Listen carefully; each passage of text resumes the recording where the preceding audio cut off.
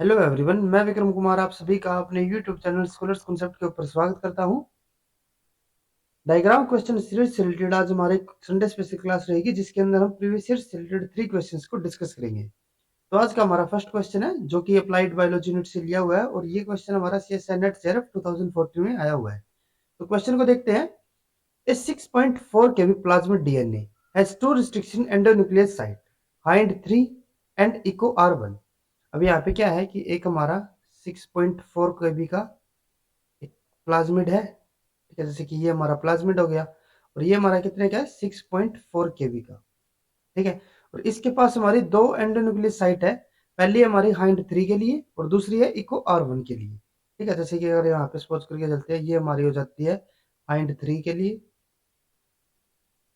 ठीक है, और दूसरी हमारी ये इको R1 के लिए,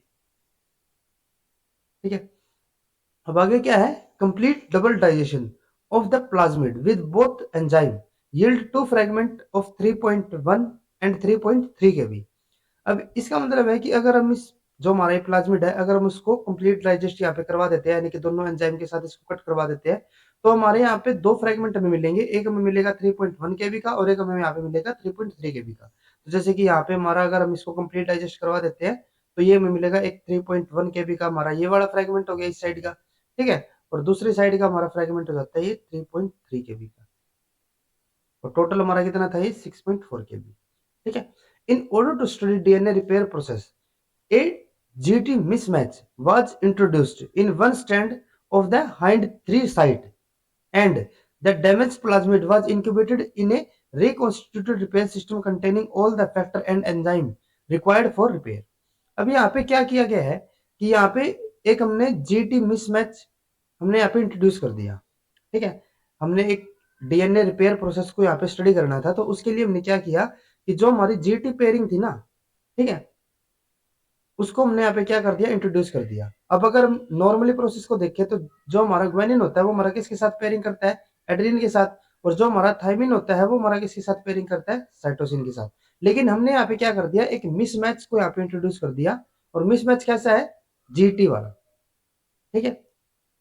तो जब हमने इसको यहाँ पे इंट्रोड्यूस किया, तो वो हमने कहाँ पे इंट्रोड्यूस किया, वो हमने कर दिया जो हमारी हाइंड 3 की क्लीवेज साइट होती है ना, उस जगह पे, ठीक है। जो हमारा हाइंड 3 है वो हमारा यहाँ पे कट करेगा इस पर्टिकुलर साइट के ऊपर, और इस पर्टिकुलर साइट के ऊपर ही हमने यहाँ पे क्या कर दिया कि हमने एक मिसमैच, जीटी मिसमैच यहाँ पे हमने इंट्रोड्यूस कर दिया, ठीक है।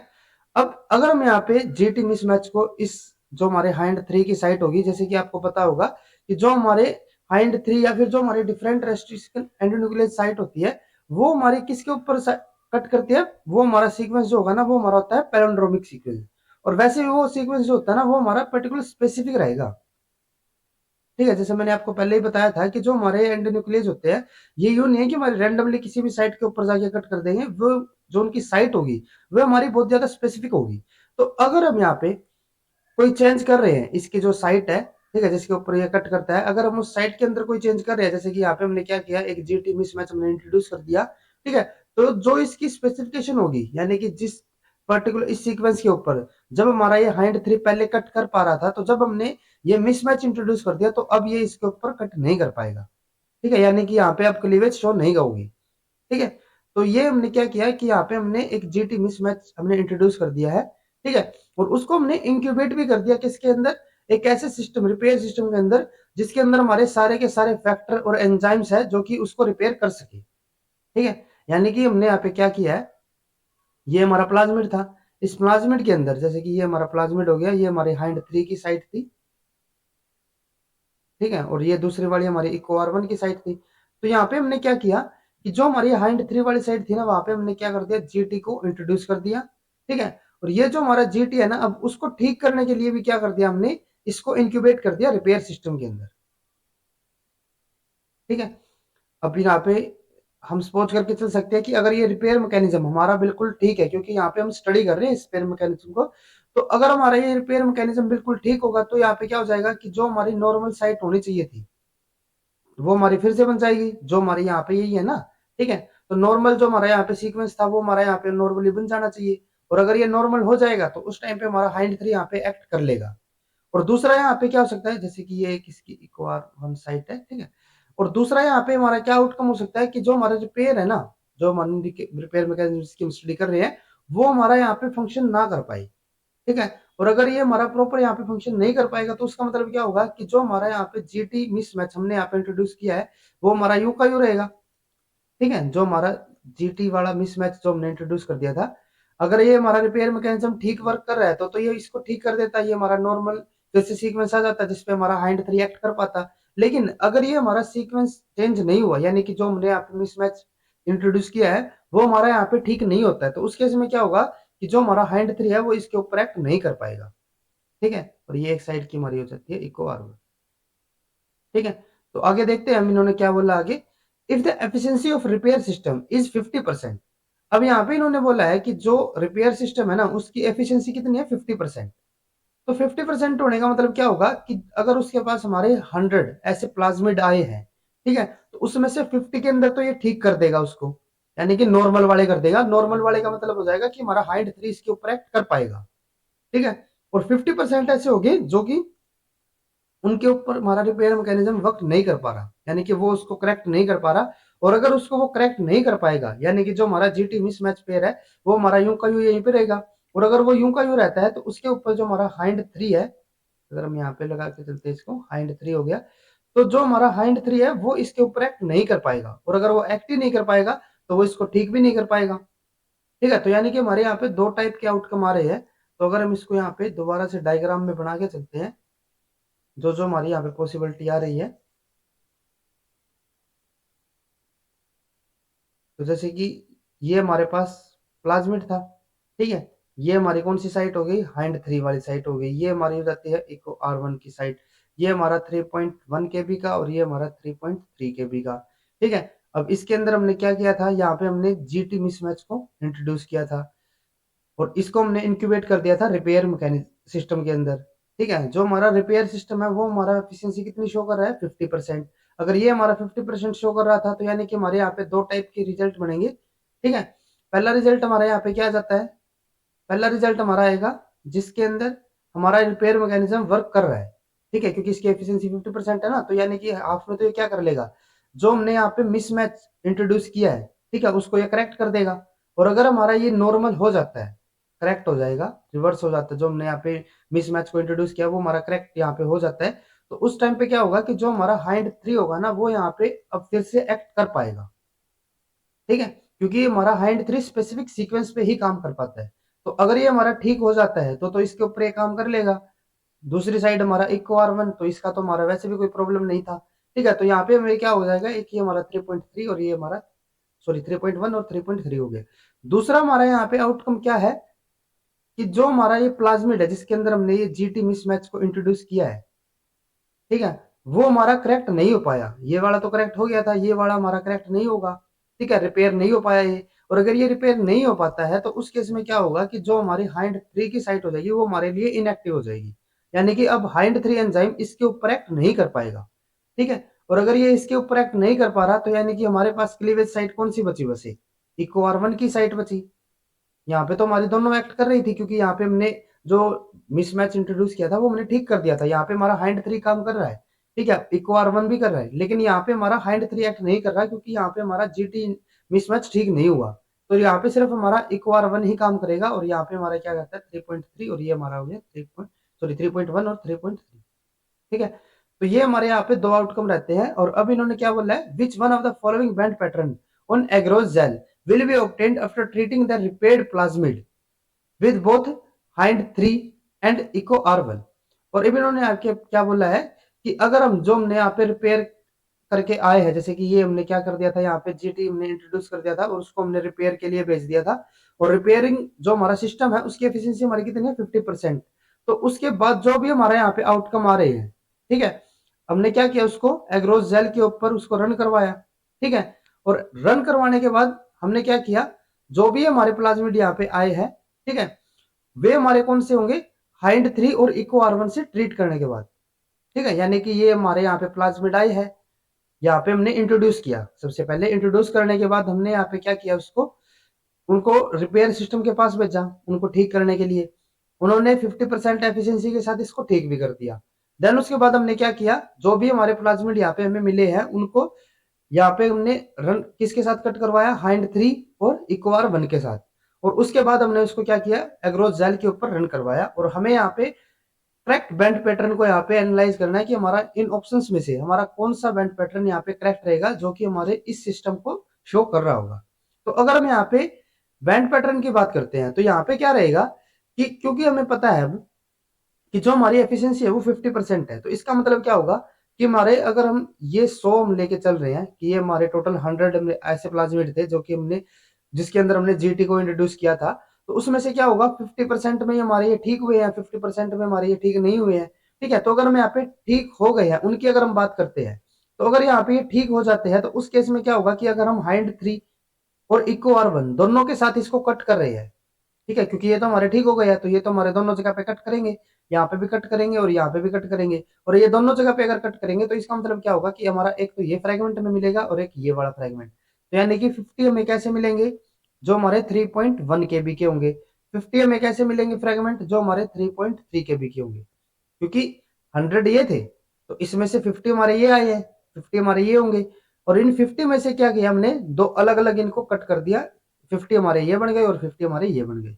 ठीक है, ये तो हमारे हो जाते हैं जो हमारे ठीक हो गए, लेकिन हाफ तो हमारे ऐसे थे ना जो हमारे ठीक नहीं हुए थे, और अगर वे ठीक नहीं हुए तो उसका मतलब क्या होगा कि यहाँ पे हमारा हाइंड 3 अब कट नहीं कर पा रहा, और अगर ये यहाँ पे कट ही नहीं करेगा तो हमारा कौन सी साइड पे कट होगा, सिर्फ इक्वार 1 पे, और अगर हमारा एक ही जगह पे कट हो रहा है तो हमारा फ्रेगमेंट कौन सा आएगा, 6.4 केबी का। ठीक है, तो यानी कि 50 ही हमारे कौन से आएंगे अब, 6.4 केबी के। ठीक है, तो यानी कि हमें यहाँ पे 3 फ्रेगमेंट मिलेंगे, 3.1, 3.3 एंड 6.4। ठीक है, तो अगर हम यहाँ पे ऑप्शंस को देखते हैं तो फर्स्ट ऑप्शन में क्या है, 6.4 एंड 3.3, तो ये हमारा इनकरेक्ट हो गया। नेक्स्ट उसके बाद है 3.3 एंड 3.1, ये भी हमारा इनकरेक्ट हो गया। देन उसके बाद है 6.4, 3.3 एंड 3.1, तो ये हमारा करेक्ट हो सकता है। ठीक है, एक बार हम डी को भी देख लेते हैं, यहाँ पे भी हमें क्या दिया हुआ है, 6.4, 3.3 एंड 3.1, तो ये दोनों हमारे, वैसे अगर हम बैंड पैटर्न को देखते हैं तो वो तो हमारे दोनों सेम ही है। ठीक है, लेकिन अगर हम यहाँ पे बेंडिंग की डेंसिटी को देखते हैं, ठीक है, जैसे कि अगर हम यहाँ पे देखें तो जो हमारा 6.4 केबी का बैंड दिया हुआ है वो हमें कैसा दिया हुआ है, लाइट बैंड है, और जो हमारा 3.3 का है वो हमारा डार्क बैंड है। जबकि अगर हम डी ऑप्शन को देखते हैं तो यहाँ पे हमें 6.4 का में डार्क बैंड है और 3.3 का हमारा और 3.1 का, दोनों का ही हमारा कैसा है, नॉर्मल है, यानी कि लाइट बैंड हो गया। तो इनको अगर हम यहाँ पे कंपेयर करते हैं तो उस अकॉर्डिंग हमारा जो डी ऑप्शन है वो हमारा करेक्ट होना चाहिए, क्योंकि यहाँ पे अगर हम साइज को देखें जो हमारा फ्रेगमेंट्स है, तो 6.4 केबी का जो हमारा साइज रहेगा ना वो हमारा ज्यादा रहेगा एज कम्पेयर टू 3.3 एंड 3.1।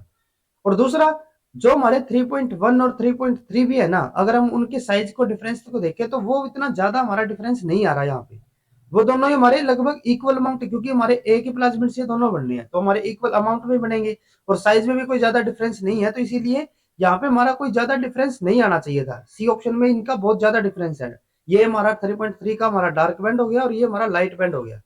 ठीक है, जबकि अगर हम डी में देखें तो 3.3 और 3.1 हमारे दोनों इक्वल दिए हुए हैं, तो इसीलिए जो हमारा डी ऑप्शन होगा वो हमारा यहाँ पे बिल्कुल करेक्ट रहेगा। उसके बाद नेक्स्ट हमारा क्वेश्चन है क्वेश्चन नंबर 12, जो कि हमारा इकोलॉजी यूनिट से लिया हुआ है।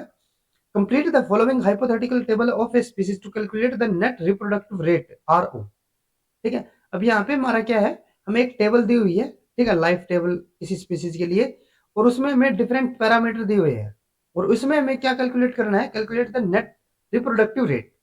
और जो हमारा नेट रिप्रोडक्टिव रेट रहता है या फिर जो हमारा आर नोट है, ठीक है, उसको हम किस तरीके से कैलकुलेट करते हैं, यहाँ पे हम वैल्यू निकालते हैं L X into M X, और जो भी हमारी ये डिफरेंट वैल्यूज आएंगे डिफरेंट लेवल के ऊपर, उनका हम टोटल सम कर देते हैं यहाँ पे, जो भी हमारी ये वैल्यूज आएंगी। ठीक है, अब ये हमें यहाँ पे क्या दिया हुआ है, एक हमारा यहाँ पे है एल एक्स, ठीक है, और एक हमारा यहाँ पे हो जाता है एम एक्स। तो पहले अगर हम यहाँ पे एल एक्स की बात करते हैं तो एल एक्स हमारा यहाँ पे क्या हो जाता है, एज स्पेसिफिक सर्वाइवरशिप। ठीक है, ये हमारी क्या हो जाएगी यहाँ पे एल एक्स हो जाएगा, और जो हमारा एज स्पेसिफिक फर्टिलिटी दिया हुआ है ये हमारा होता है एम एक्स। ठीक है, तो अगर हम यहाँ पे बात करते हैं एल एक्स के लिए तो ये हमारा कैसे निकालते हैं हम, कि जो भी हमारे यहाँ पे नंबर ऑफ लाइफ्स रहेंगे, ठीक है, यानी कि जो हमारी एज की अगर हम यहाँ पे बात करते हैं, एज क्लास जब 0 to 1 थी, यानी कि जब किसी स्पीसीज के अंदर 0 to 1 एज थी, ठीक है, तो हमारे टोटल इंडिविजुअल कितने थे, 1000 थे। ठीक है, नंबर ऑफ डाइंग का मतलब क्या हो गया कि जब ये ही स्टेज थी हमारी 0 to 1, यानी कि जब तक 1 साल के उस स्पीसीज के इंडिविजुअल हो रहे थे, तो उस टाइम पे कितने इंडिविजुअल की डेथ हो गई थी।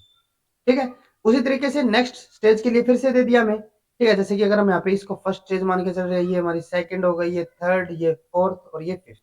तो फर्स्ट जो स्टेज थी यानी कि 1 साल तक जब वे इंडिविजुअल हो रहे थे, तो टोटल इनिशियली कितने थे इंडिविजुअल, 1000 थे, लेकिन उनमें से कितने की डेथ हो गई, जितने की भी हुई होगी, ठीक है।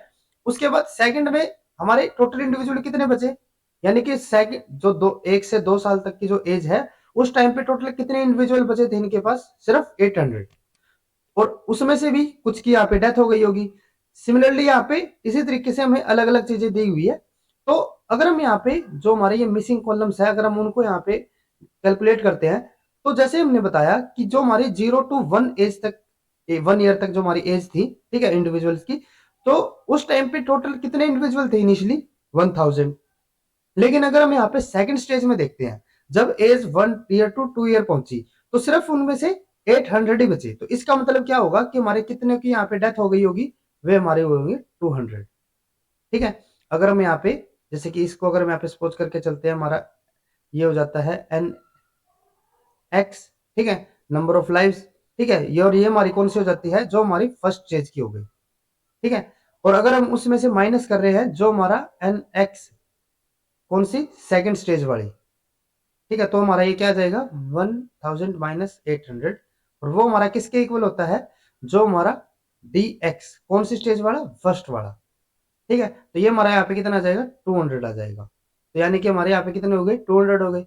नेक्स्ट उसके बाद अब यहाँ पे मैं ना तो नंबर ऑफ लाइफ्स दी हुई, ना ही मैं यहाँ पे नंबर ऑफ डाइंग, तो ये दोनों हमारे यहाँ पे नहीं पता हमें। तो उससे पहले अगर हम यहाँ पे जो हमारे नीचे वाली वैल्यूज है ना, अगर हम उसको देखते हैं, तो यहाँ पे मैं कितना दिया हुआ है, 300, ठीक है। ये हमारा कौन सा हो जाता है, जैसे कि अगर हम इसी फॉर्मूले में इसको अगर हम पुट करते हैं, तो अगर हमारे यहाँ पे 3 और 4 को हम यहाँ पे लेके चलते हैं, तो यहाँ पे हमारा क्या है कि ये हमारा 3 हो गया, और अगर उसमें से हम माइनस कर रहे हैं 4 वाले को, तो हमारी वैल्यू कौन सी आनी चाहिए, यहाँ पे 3 वाली आएगी, ठीक है। तो यहाँ पे मैं जो 3 वाली जो वैल्यू है वो तो हमें नहीं पता, ठीक है, लेकिन हमें 4 वाली वैल्यू पता है यहाँ पे, तो ये हमारे कितना हो जाएगा, 300, ठीक है। और वो हमारे किसके इक्वल है, 200 के इक्वल। तो इसका मतलब क्या होगा, ये हमारी वैल्यू कितनी आ जाएगी, 500, ठीक है। ये हमारा कितना हो गया, 500। और अगर हमें ये 500 पता है, तो यानी कि ये हमारी वैल्यू कितनी आ जाएगी, 300, ठीक है। सिमिलरली उसके बाद 300 में से 100 यहाँ पे डेथ हो गई, तो यहाँ पे बचे कितने हमारे, 200, ठीक है। तो एक टेबल तो हमने यहाँ पे, सॉरी, एक कॉलम तो यहाँ पे हमने कंप्लीट कर लिया। नेक्स्ट उसके बाद अगर हम यहाँ पे एलेक्स की बात करते हैं, तो एलेक्स हमारा क्या होता है कि जो हमारे इनिशियल बिल्कुल फर्स्ट स्टेज के अंदर जो हमारे इंडिविजुअल थे, ठीक है, उसको यहाँ पे हम लिखेंगे नीचे, ठीक है। और फिर हम डिवाइड करेंगे जो भी हमारे यहाँ पे सर्वाइव करते रहे हैं, ठीक है। यानी कि यहाँ पे अगर हम देखते हैं कि हमारे टोटल इंडिविजुअल कितने थे, 1000 से, और उसमें से हमारे 1000 ही यहाँ पे क्या कर रहे हैं, सर्वाइव कर रहे हैं, जिस भी स्टेज का।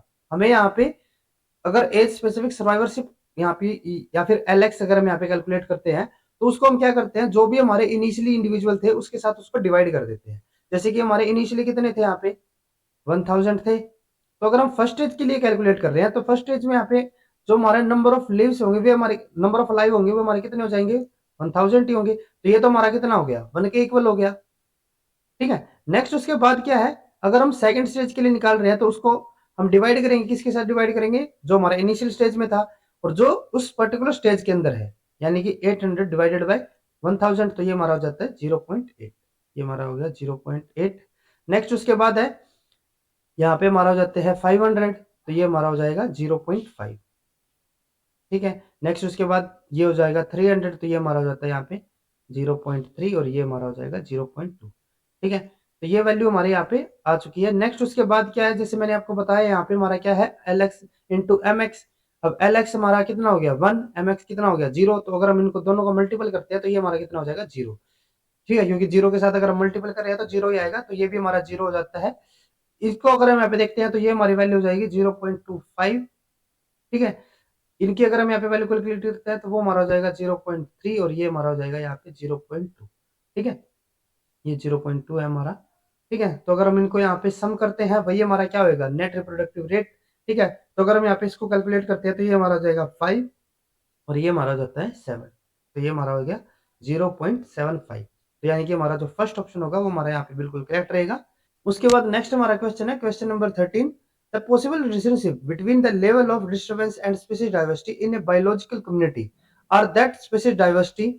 अब यहाँ पे मैं क्या दिया हुआ है, हमें यहाँ पे डिफरेंट स्टेटमेंट दी हुई है और उसके रिगार्डिंग हमें यहाँ पे ग्राफ दिए हुए हैं, ठीक है। और यहाँ पे हमें मैच करना है कि हमारी कौन सी स्टेटमेंट किस ग्राफ को यहाँ पे शो कर रही होगी, ठीक है। अब ये जो हमें यहाँ पे ग्राफ दिया हुआ है ना, ग्राफ हमें किसके लिए दिया हुआ है कि हमने जब जब जो हमारी डिस्टर्बेंस अगर हम किसी कम्युनिटी के अंदर इंक्रीज कर रहे हैं तो उस डिस्टर्बेंस का स्पीसीज डाइवर्सिटी के ऊपर क्या इफेक्ट रहेगा, ठीक है। तो अगर हम यहाँ पे ए स्टेटमेंट को देखते हैं, उससे हमारा और ज्यादा क्लियर हो जाता है।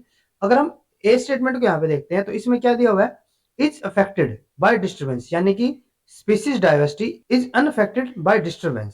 तो यानी कि इसका मतलब क्या होगा कि species diversity is unaffected by the disturbance. तो यहाँ पे क्या दिया हमें कि अगर हम ए स्टेटमेंट को देखते हैं तो ए स्टेटमेंट में हमें दे दिया कि जो हमारी स्पीसीज डाइवर्सिटी है ना वो हमारी अनअफेक्टेड हो रही है डिस्टर्बेंस से, यानी कि अगर हम डिस्टर्बेंस इंक्रीज भी कर रहे हैं डिक्रीज कर रहे हैं उसके हमारी स्पीशीज डाइवर्सिटी के ऊपर कोई भी इफेक्ट नहीं है। तो अगर हम यहाँ पे इन चारों ग्राफ को देखते हैं तो चारों ग्राफ में से हमें इजीली आइडेंटिफाई हो जाना चाहिए कि जो हमारा सेकंड ग्राफ है हम उसकी बात कर रहे हैं, क्योंकि अगर हम यहाँ पे देखते हैं तो स्पीशीज डाइवर्सिटी हमारी एक कांस्टेंट है। डिस्टर्बेंस को हम कम कर रहे हैं ज्यादा कर रहे हैं उसका स्पीशीज डाइवर्सिटी के ऊपर कोई इफेक्ट नहीं है, वो हमारी कांस्टेंट उतनी ही रह रही है, ठीक है। तो यानी कि जो हमारा ए है उसके लिए हमारा यहाँ पे करेक्ट कौन सा आएगा, सेकंड वाला, ठीक है, जो हमारा सेकंड यहाँ पे ग्राफ है। नेक्स्ट उसके बाद है species diversity is highest eight intermediate level of disturbance. तो अगर हम यहाँ पे फिर से अगर हम ये तो हमारा ग्राफ चला गया तो हमारे पास 1 3 और 4 यहाँ पे बचते हैं। तो उसमें से इन्होंने क्या दिया हुआ है कि हाईएस्ट एट द इंटरमीडिएट, और इसमें से हमें इजीली पता होना चाहिए कि जो हमारा थर्ड है उसके अंदर में जो स्पीसीज डाइवर्सिटी है वो हमारी मिडल के अंदर ज्यादा दी हुई है, यानी कि जब हमारी डिस्टर्बेंस बीच में थी, ठीक है, इंटरमीडिएट पे थी, तो उस टाइम पे हमारी स्पीसीज डाइवर्सिटी ज्यादा है, तो इसीलिए जो हमारा बी होगा वो हमारा किसको शो कर रहा है यहाँ पे 3 वाले को। नेक्स्ट उसके बाद है हमारा ये बी हमारा हो गया decrease exponentially with the increase level of disturbance. तो अगर हम यहाँ पे सी वाले को देखते हैं तो इन्होंने यहाँ पे क्या बोला है कि जो हमारी स्पीसीज डाइवर्सिटी है ना वो हमारी डिक्रीज कर रही है exponentially with the increasing level of disturbance, यानी कि जैसे ही हमने डिस्टर्बेंस को इंक्रीज किया तो जो हमारी स्पीसीज डाइवर्सिटी है वो हमारी एक्सपोनेंशियली क्या हो गई, डिक्रीज हो गई, एकदम से हमारी यहाँ पे डिक्रीज हो जाती है। और वो हमारी किस में हो रही है, फर्स्ट वाले में। यहाँ पे अगर हम देखें तो जो हमारी जैसे जैसे हमने डिस्टर्बेंस इंक्रीज किया तो जो हमारी स्पीसीज डाइवर्सिटी है वो हमारी एक्सपोनेंशियली डिक्रीज हो गई, ठीक है। तो इसीलिए जो सी होगा वो हमारा किसके लिए हो जाएगा, 1 वाले के लिए। नेक्स्ट उसके बाद अगर हम यहाँ पे डी की बात करते हैं तो सी हमारा यहाँ पे हो गया, तो वैसे भी हमारा डी और 4 ही बचा हुआ है, तो यानी कि डी के लिए हमारा 4 ही आएगा।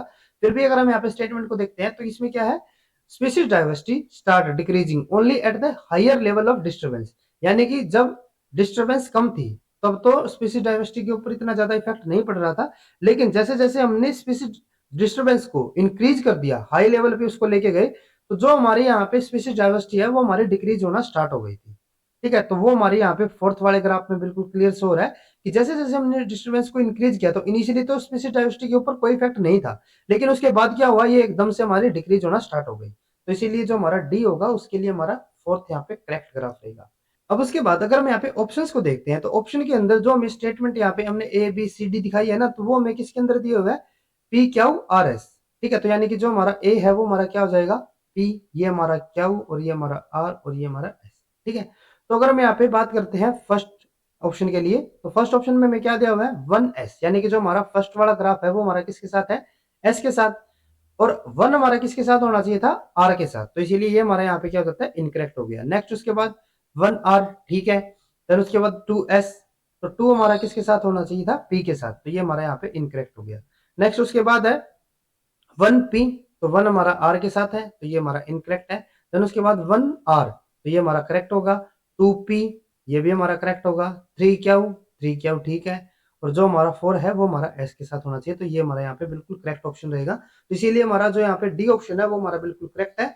अगर आपको ये वीडियो हमारी यूजफुल लगी हो तो please like and share this video, और CSIR से रिलेटेड इसी तरीके के डायग्राम रिलेटेड क्वेश्चंस करने के लिए please subscribe to our YouTube channel Scholars Concepts. Thank you.